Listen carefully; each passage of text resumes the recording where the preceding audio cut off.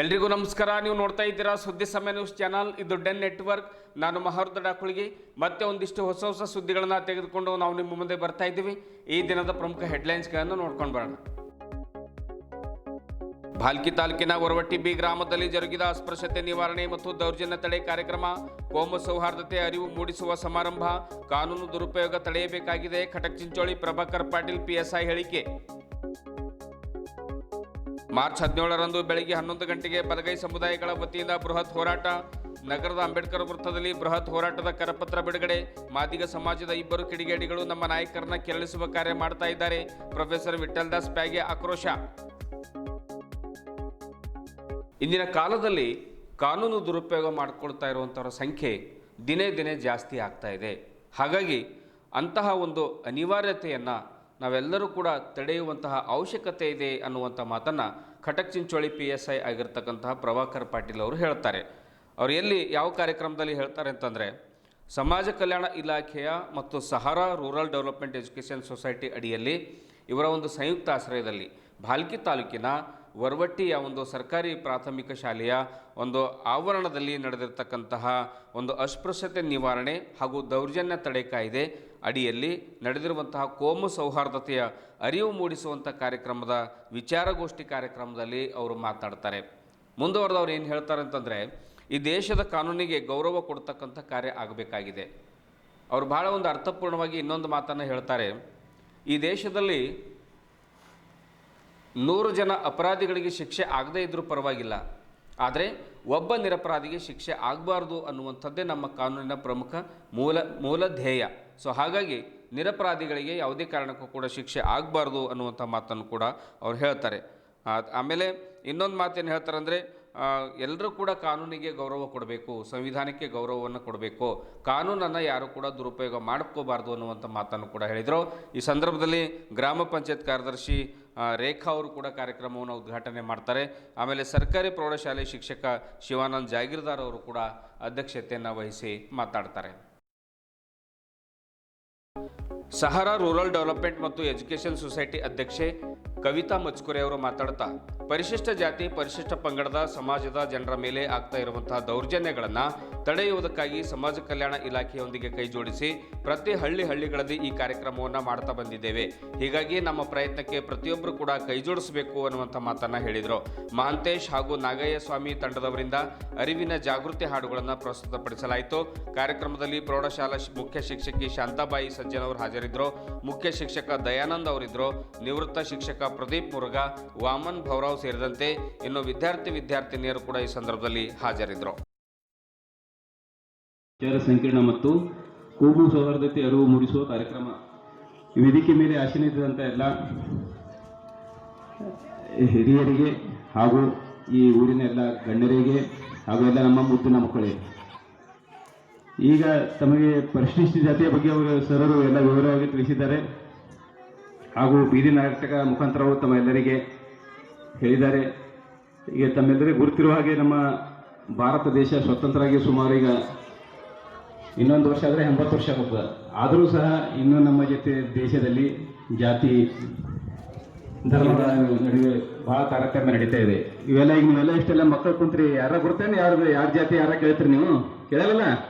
ಹಾಗೆ ದೊಡ್ಡವರಾದ ನಂತರ ಇದೇ ಥರ ಇರ್ಬೇಕು. ನೀವೆಲ್ಲ ಸಣ್ಣ ಮಕ್ಕಳು ಬರೋದಿಲ್ಲ, ಅದು ದೊಡ್ಡವರಾದ ನಂತರ ಭಾಳ ಜಾಸ್ತಿ ಬರ್ತಾ ಇದೆ ಇತ್ತೀಚಿನ ದಿನಗಳಲ್ಲಿ. ಅದನ್ನು ಹೋಗಲಾಡಿಸಿ ನಾವೆಲ್ಲರೂ ಭಾರತೀಯರು ಎಂದು ಒಗ್ಗಟ್ಟಾಗಿದ್ದು ಈ ದೇಶದ ಹೆಸರು ಒಂದು ಒಳ್ಳೆಯ ರೀತಿಯಲ್ಲಿ ಮಾಡುವಂಥ ಉದ್ದೇಶವನ್ನು ಇಟ್ಟುಕೊಂಡು ನಾವೆಲ್ಲ ಜಾತಿ ಧರ್ಮ ಎಲ್ಲ ಬಿಟ್ಟು ಎಲ್ಲರೂ ಒಗ್ಗಟ್ಟನ್ನು ತಿಳಿಸ್ಕೊಳ್ಬೇಕು. ಹಾಗೂ ಈ ಕಾರ್ಯಕ್ರಮ ಹೊರತುಪಡಿಸಿ ಒಂದೆರಡು ಮಾತು ನಿಮ್ಗೆ ಬೇರೆಯವ್ರು ಹೇಳ್ತೀನಿ ನಾನು. ಈಗ ಎಲ್ಲ ಮಕ್ಕಳಿದ್ರಿ, ಎಲ್ಲ ಚೆನ್ನಾಗಿ ಓದ್ತಾ ಇದ್ರಲ್ಲ ಎಲ್ಲರೂ. ಈಗ ಹೈಸ್ಕೂಲ್ದಾಗ ಆಲ್ರೆಡಿ ಹೇಳಿ ಬಂದೆ, ನನಗೆ 10th ಎಕ್ಸಾಮ್ ಬರ್ತವೆ, ಎಲ್ಲರೂ ಚೆನ್ನಾಗಿ ಸ್ಟಡಿ ಮಾಡಿ ಒಳ್ಳೆ ರೀತಿಯಲ್ಲಿ ವಿದ್ಯಾಭ್ಯಾಸ ಮಾಡಿ ಈಗ ಎಕ್ಸಾಮ್ ಚೆನ್ನಾಗಿ ಬಿಡಿಸ್ಬೇಕು. ಹಾಗೂ ಒಳ್ಳೆ ರೀತಿಯಲ್ಲಿ ಮಾರ್ಕ್ಸ್ ತಂದು ನಿಮ್ಮ ಶಾಲೆಯ ಹೆಸರನ್ನು ಚೆನ್ನಾಗಿ ಮಾಡಬೇಕಂತವ್ರಿಗೆ ತಿಳಿಸಿದ್ದೀನಿ. ಈಗ ಅದರ ನಂತರ ತಮ್ಮೆಲ್ಲರೂ ಗುರುತಿರಬೇಕು, ಇತ್ತೀಚಿನ ದಿನಗಳಲ್ಲಿ ಮಕ್ಕಳು ಕಳವರು ಬರ್ತಾ ಇದ್ದಾರೆ ಅಂತ ಹೇಳ್ತಾ ಇದ್ದಾರೆ. ಕೇಳಿದ್ರೆ ನೀವು ಖರೇದ ಸುಳ್ಳದ? ಇಲ್ಲ ಸುಳ್ಳದ, ಇದು ಇಲ್ಲ ಸುಳ್ಳದ ಖರೆ ಇಲ್ಲ. ಇದುವರೆಗೆ ಎಲ್ಲೂ ಯಾವ ಮಕ್ಕಳು ಕನ್ನಡಿಗೆ ಮಾಡಿಲ್ಲ, ಯಾರು ಮಾಡಿಲ್ಲ. ನಮ್ಗೆ ಗೊತ್ತಿರ್ತ, ನಿಮ್ಗೆ ಗೊತ್ತಿರ್ತದೆ. ನಿನ್ನ ನೋಡ್ರೆ ಗಾಡ್ಬೋದ ಒಬ್ಬಕ್ಕೆ ಹೆಣ್ಮಗಳು ಬಂದವ ಪಾಪಕ್ಕೆ ಹಿಡಿದು ಒಂದು 10-15 ಜನ ಹೊಡೆದಾರೆ, ಎಲ್ಲರ ಮೇಲೆ ಕೇಸ್ ಆಗಿದೆ ಈಗ. ಅದಕ್ಕೆ ಯಾರೋ ಹಂಗೆ ಆ ಥರ ಯಾರಾದರೂ ಬಂದಿದ್ರೆ ಅವ್ರಿಗೆ ಕುಂಡ್ರಿಸ್ರಿ, ಹೊಡಿಬೇಡ್ರಿ ಯಾರು, ನಾವು ಬಂದು ವಿಚಾರಣೆ ಮಾಡ್ತೀವಿ ಅವರಿಗೆ. ಸುಮ್ಮನೆ ನೀವು ಹೊಡೆದು ನಿಮ್ಮ ಮೇಲೆ ಕೇಸ್ ಮಾಡ್ಕೋಬೇಡ್ರಿ. ಯಾರು ಮಕ್ಕಳು ಕಳರು ಇಲ್ಲ, ಎಲ್ಲ ಸುಳ್ಳು ಮಾತೀವಿ ಅಲ್ಲ. ಸುಮ್ಮನಿದು ಒಂದು ಅಭಾವ ನಡೀತಾ ಇದೆ ಎಲ್ಲ ಕಡೆ. ಮಕ್ಕಳ ಕಳರು ಬಂದಾರ ಯಾರ್ಯಾರಿಗೂ ಇನ್ನೂವರೆಗೆ ಯಾವುದೋ ಮಕ್ಕಳು ಎಲ್ಲೂ ಹೋಗಿಲ್ಲ ಇನ್ನೂವರೆಗೆ. ಆ ಸಲುವಾಗಿ ನಿಮ್ಮೆಲ್ಲರಿಗೂ ಗುರುತಿರ್ಬೇಕು. ನಿನ್ನೆ ಗಾಡ್ಬೋದಾಗಿದೆ, ಒಂದು 8-10 ದಿವಸದಿಂದ ಬಸವ ಕಲ್ಯಾಣದಾಗಿದೆ ಇಂಥ ಘಟನೆ ಬೇರೆ ಬೇರೆ ಕಡೆ ಎಲ್ಲ ಆಗ್ತಾ ಇವೆ. ಅವೆಲ್ಲ ಸುಳ್ಳಿವೆ, ಹೇಳಿ ತಿಳ್ಬೇಡಂತ. ಯಾರು ಹೆದರ ಅವಶ್ಯಕತೆ ಮಕ್ಕಳು ಯಾರು ಕಳ್ಳರು ಇಲ್ಲ ಇಲ್ಲಿ. ಸುಮ್ಮನೆ ಸುಳ್ಳು ಹೇಳ್ತಾ ಇದ್ದಾರೆ ಜನ, ಅರ್ಥ ಆಯ್ತಲ್ಲ? ಎಲ್ಲರೂ ಎಕ್ಸಾಮ್ ಮುಗಿದೇನಿಲ್ಲ ಇನ್ನು? ಎಲ್ಲ ಎಕ್ಸಾಮ್ ಇವೆ, ಚೆನ್ನಾಗಿ ಓದಿ ಎಕ್ಸಾಮ್ದಾಗ ಚೆನ್ನಾಗಿ ಪೇಪರ್ ಬಿಡಿಸ್ರಿ ಎಲ್ಲರೂ. ಅದ್ರ ನಂತರ ಏನಾರ ಸಮಸ್ಯೆ ಇದ್ರೆ ನಿಮ್ಮ ಮನೆಗೆ ಹೇಳ್ರಿ, 112 ಫೋನ್ ಮಾಡಿ ಅಂತ ಹೇಳ್ರಿ. ಯಾವುದೇ ಸಮಸ್ಯೆ ಇದ್ರೆ ಹಾಗೂ ಮಕ್ಕಳು ಎಲ್ಲ ದೊಡ್ಡವರಿಗೆ ಹೇಳಿದ್ರೆ ಯಾವುದೇ ದುಶ್ಚಟಗಳಿಗೆ ಬಲಿಯಾಗಬೇಡ್ರಿ. ಜಾತಿ ಪರಿಶಿಷ್ಟ ಪಂಗಡದ ಒಂದು ದೌರ್ಜನ್ಯ ಕಾಯ್ದೆ ಅಡಿಯಲ್ಲಿ 3 ವರ್ಷ ಸತತವಾಗಿ ನಾವು ಸಮಾಜ ಕಲ್ಯಾಣ ಇಲಾಖೆ ಜೊತೆ ನಾವು ಕೈಗೂಡಿಸಿ ನಾವು ಅರಿವು ಮೂಡಿಸುವಂಥ ಕಾರ್ಯಕ್ರಮವನ್ನು ಅಲ್ಲಿ ಹಳ್ಳಿಗಳಲ್ಲಿ ಮಾಡ್ತಾ ಬಂದಿದ್ದೀವಿ. ಇದರ ಪ್ರಯೋಜನ ಪ್ರತಿಯೊಂದು ಹಳ್ಳಿಯಲ್ಲಿ ಪಡ್ಕೋಬೇಕು. ಆಮೇಲೆ ಇದು ಕಾರ್ಯಕ್ರಮ ಮಾಡುವ ಉದ್ದೇಶವನ್ನು ಅರಿತು ಇದನ್ನು ತಡೆಗಟ್ಟುವಂಥ ಒಂದು ನಿಟ್ಟಿನಲ್ಲಿ ನಾವು ಸಾಗಬೇಕು ಅಂತ ನಾನು ಹೇಳಲಿಕ್ಕೆ ಬಯಸ್ತೀನಿ. ಇಷ್ಟು ಹೇಳಿ ನಾನು 2 ಮಾತು ಮುಗಿಸ್ತೇನೆ.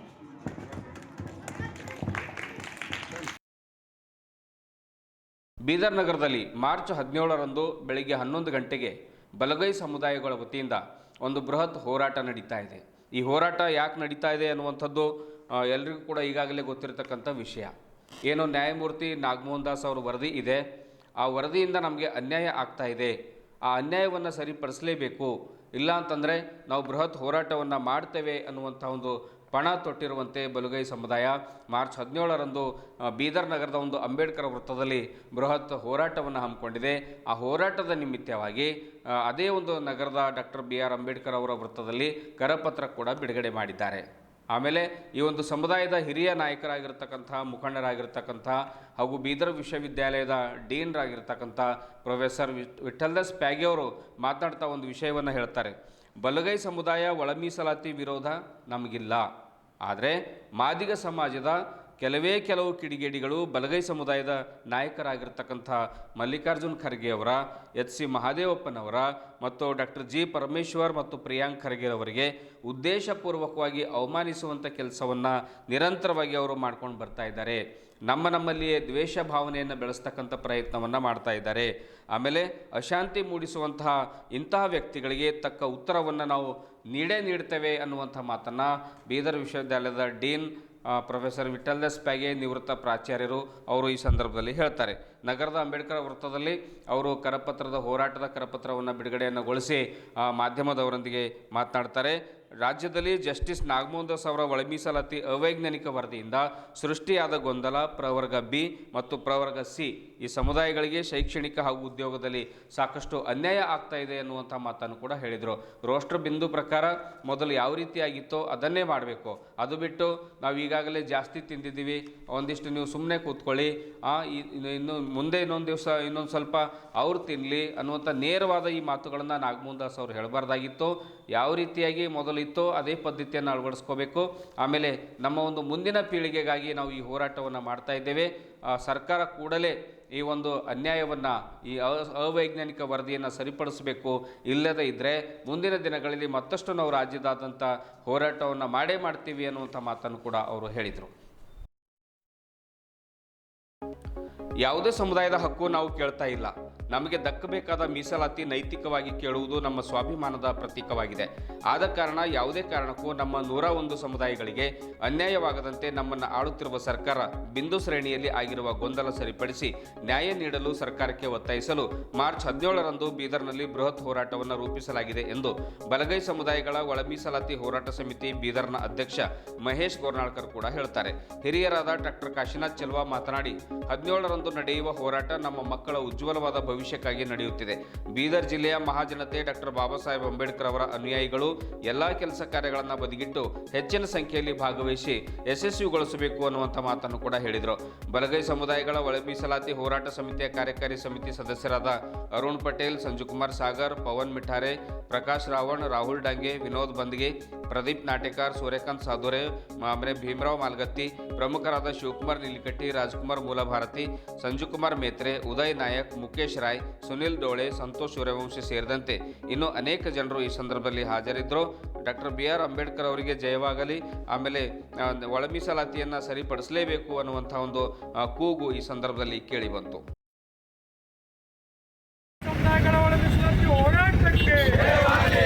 ಡಾಕ್ಟರ್ ಬಾಬಾ ಸಾಹೇಬ್ ಅಂಬೇಡ್ಕರ್ ಅವರಿಗೆ, ಡಾಕ್ಟರ್ ಬಾಬಾ ಸಾಹೇಬ್ ಅಂಬೇಡ್ಕರ್ ಅವರಿಗೆ, ಮಹಾಮಾನವತಾವಾದಿ ಡಾಕ್ಟರ್ ಬಾಬಾ ಸಾಹೇಬ್ ಅಂಬೇಡ್ಕರ್ ಅವರಿಗೆ, ಸಂವಿಧಾನ ಶಿಲ್ಪಿ ಡಾಕ್ಟರ್ ಬಾಬಾ ಸಾಹೇಬ್ ಅಂಬೇಡ್ಕರ್ ಅವರಿಗೆ.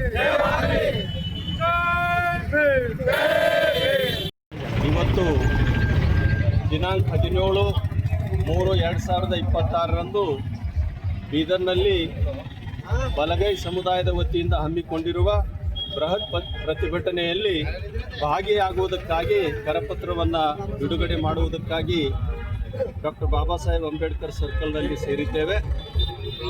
ಪ್ರಮುಖವಾಗಿ ನಾವು ಈ ಪ್ರತಿಭಟನೆ ಯಾಕೆ ಮಾಡ್ತಾ ಇದ್ದೀವಿ ಅಂತಂದರೆ, ಮಾದಿಗ ಸಮುದಾಯದ ಮಂದಾಕೃಷ್ಣ ಮಾದಿಗ ಅನ್ನೋರು ನೇರವಾಗಿ ನಮ್ಮ ಸಮುದಾಯದ ರಾಷ್ಟ್ರೀಯ ನಾಯಕರಾಗಿರ್ತಕ್ಕಂಥ ಸನ್ಮಾನ್ಯ ಶ್ರೀ ಮಲ್ಲಿಕಾರ್ಜುನ್ ಖರ್ಗೆ ಅವರು, ಕಾಂಗ್ರೆಸ್ ಪಕ್ಷದ ರಾಷ್ಟ್ರೀಯ ಅಧ್ಯಕ್ಷರಿಗೆ ಅವರೇ ನೇರವಾಗಿ ಒಳ ಮೀಸಲಾತಿಯನ್ನು ಆಗದ ಹಾಗೆ ನೋಡ್ಕೊಳ್ತಾ ಇದ್ದಾರೆ ಅನ್ನೋ ಅಪವಾದ ಮಾಡ್ತಾ ಇದ್ದಾರೆ. ಅವರ ಈ ಹೇಳಿಕೆಗೆ ನಾವು ಖಂಡನೆಯನ್ನು ಸೂಚಿಸ್ತೇವೆ. ಜೊತೆಗೆ ಬಲಗೈ ಸಮುದಾಯದವರು ಉದ್ದೇಶಪೂರ್ವಕವಾಗಿ ಇಲ್ಲಿಯವರೆಗೆ ಸಂವಿಧಾನ ಜಾರಿಯಾದಾಗಿನಿಂದ ಎಲ್ಲರ ಹಕ್ಕುಗಳನ್ನು ಹೊಡ್ಕೊಂಡು ತಿಂತಾ ಇದ್ದಾರೆ ಅನ್ನೋ ಒಂದು ಅಪವಾದವನ್ನು ಈ ಸಮುದಾಯದ ಮೇಲೆ ಮಾಡ್ತಾ ಇದ್ದಾರೆ. ಇದು ಸರಿಯಾದ ಕೆಲಸ ಅಲ್ಲ. ಅದನ್ನು ಸಹ ನಾವು ಉಗ್ರವಾಗಿ ಖಂಡಿಸ್ತೇವೆ. ಯಾಕಂತಂದರೆ ಡಾಕ್ಟರ್ ಬಾಬಾ ಸಾಹೇಬ್ ಅಂಬೇಡ್ಕರ್ ಅವರು ಬರೆದಿರುವ ಸಂವಿಧಾನ ಈ ದೇಶದ ಪ್ರತಿಯೊಬ್ಬ ಪ್ರಜೆಗೆ ಸಮಾನ ಅವಕಾಶವನ್ನು ಕೊಡ್ತು. ಸಂವಿಧಾನ ಜಾರಿ ಆದಮೇಲೆ ಒಂದು ವೇಳೆ ಬಲಗೈನವರು ಬಾಬಾ ಸಾಹೇಬರ ವಿಚಾರಗಳನ್ನು ಅನುಸರಿಸಿ ಅಧ್ಯಯನ ಮಾಡಿ ಡಿಗ್ರಿಗಳನ್ನು ಗೌರವಕರ್ ಅವರೇ, ನಾಗೇಶ್ವರ್ ಅವರೇ, ಎಲ್ಲ ಸಂಘಟನೆಯ ಅಧ್ಯಕ್ಷ ಮತ್ತು ಪದಾಧಿಕಾರಿಗಳೇ, ಈಗಾಗಲೇ ಈ ಒಳ ಮೀಸಲಾತಿ ಪ್ರಾರಂಭ ಆಗಬೇಕು, ರಾಜ್ಯದಲ್ಲಿ ಎಲ್ಲರಿಗೂ ಸಮಾನವಾಗಿರ್ತಕ್ಕಂಥ ಅವಕಾಶವನ್ನು ಕೊಡಬೇಕಂತಕ್ಕಂಥ ನಿಟ್ಟಿನಲ್ಲಿ ಸುಮಾರು 30 ವರ್ಷದಿಂದ ಹೋರಾಟ ಮಾಡ್ತಕ್ಕಂಥ ನಾವು ಎಲ್ಲರೂ ಬಂದಿದ್ದೇವೆ. 101 ಉಪಜಾತಿ ಎಲ್ಲರೂ ಸೇರಿಕೊಂಡು ಇದಕ್ಕೆ ನಾವು ಮುಂಚೆನೇ ಇರ್ತಕ್ಕಂಥ ಕೆಲಸಗಳನ್ನು ತೊಡಗಿದ್ದೇವೆ. ಆದರೆ ಇದು ಹೋರಾಟ ಬೀಳ್ತಕ್ಕಂಥ ಪ್ರಸಂಗ ಯಾಕೆ ಬಂತಂದರೆ ಇಲ್ಲಿ ತಾರತಮ್ಯ ಮಾಡಿದ್ದಾರೆ. ಜಸ್ಟಿಸ್ ನಾಗಮೋಹನ್ ದಾಸ್ ಅವರು ಅವರ ಮೇಲೆ ನಂಬಿಕೆ ಇಟ್ಟು ಈ ಒಂದು ಸಮುದಾಯಕ್ಕೆ ಎಲ್ಲರಿಗೂ ಸರಿಸಮಾನವಾಗಿರ್ತಕ್ಕಂಥ ಸೌಲಭ್ಯಗಳನ್ನು ಕೊಡ್ತಾರಂತಕ್ಕಂಥ ನಂಬಿಕೆ ಇತ್ತು.